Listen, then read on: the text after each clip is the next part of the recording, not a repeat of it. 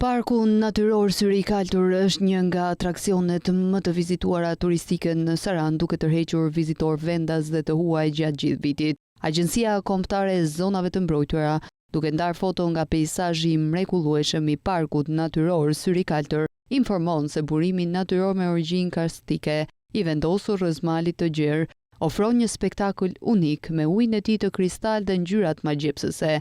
Përveç bukurisë ujore, zona përreth pasurohet nga një ekosistem i larmishëm me bimësi të dendur dhe fauna të ndryshme, duke bërë një destinacion ideal për të gjithë adhuruesit e natyrës. Agjencia Kombëtare e Zonave të Mbrojtura ton vizitorët të eksplorojnë këtë perlë natyrore, duke respektuar rregullat e mbrojtjes së mjedisit për të ruajtur integritetin e saj ekologjik. Syri i Kaltër ndodhet pranë fshatit Muzin, pranë rrugës nacionale Delvin Gjirokastër, rreth 30 minuta larg nga Saranda.